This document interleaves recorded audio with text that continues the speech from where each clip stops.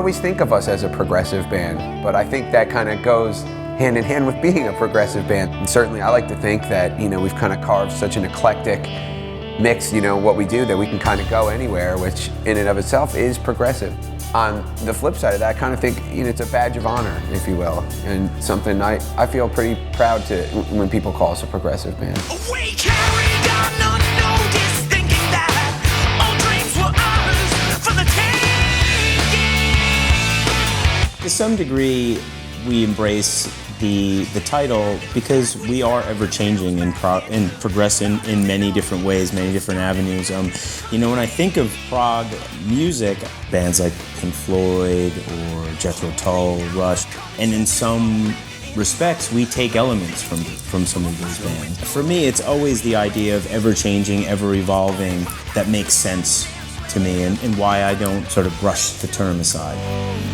With what little confidence I have. I think a lot of it just stems from personal experience. For me as the lyricist, I was writing these songs with those previous records as a very introverted, shy individual, and thus I created this concept that I think also kind of helps amplify the idea of us being a progressive rock band because of the overall concept and theme that, travels through the albums. But, that all stemmed from a very shy, uncomfortable, insecure person.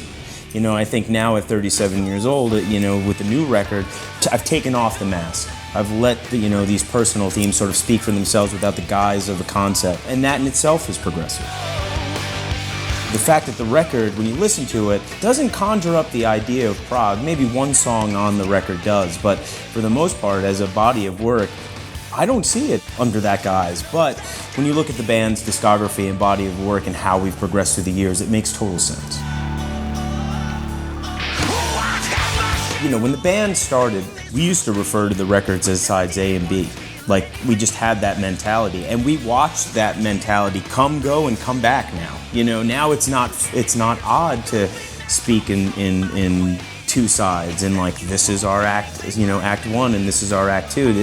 It's funny. So it's always been very important, especially with, the counterpart of the concept, and how the story sort of flows. And even on The Color Before the Sun, though that's absent, it's a start to finish. It's a tale from, the beginning of question to the end of answer.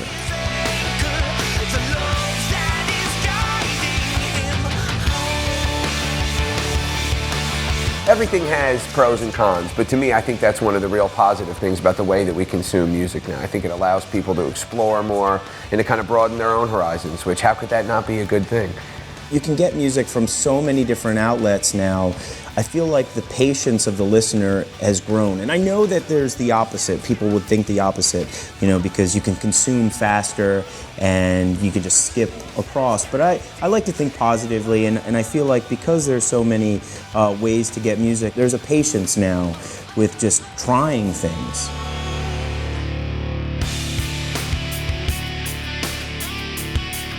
Even back when we first started, when every show was all kids at every show, we were the band that had there'd be some dads, there'd be some older people there. We've always had a really kind of diverse audience. And I always, again, to me, that was a badge of honor and something I was really proud of, our band. So, but I think that, if anything, I think that's more now. We were talking the other day at the show, there was, you got 60-year-olds and 50-year-olds and 40-year-olds, 30-year-olds, 20-year-olds, all different colors, all different walks of life, and I would assume they all listen to extremely different kinds of music, but to see them come together at a Coheed show is really rewarding and a huge thrill for us. This being our 9th record, I think some of those fans have grown up with us, and they can see the themes and relate to those themes. A lot of the stuff that I wrote about on The Color Before the Sun had a lot to do with identity and just that sort of the crisis that sort of comes with that, fatherhood, things like that. And those themes, I think, our fans are starting to relate to even more. One song in particular is Atlas, about the inevitability of having, for what I do for a living, having to leave my son, who is now 1.5 years old. I'm missing moments of his life.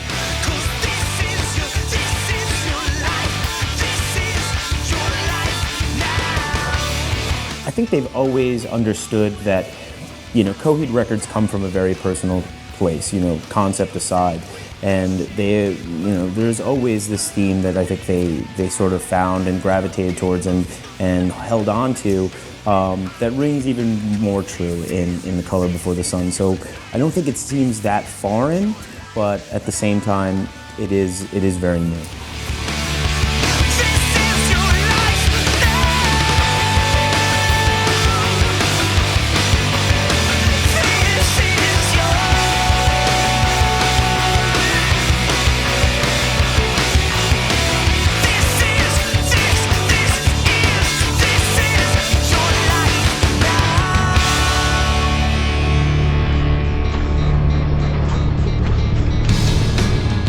Welcome back, freaks. That was COHEED and Cambria, and you're watching Into the Machine.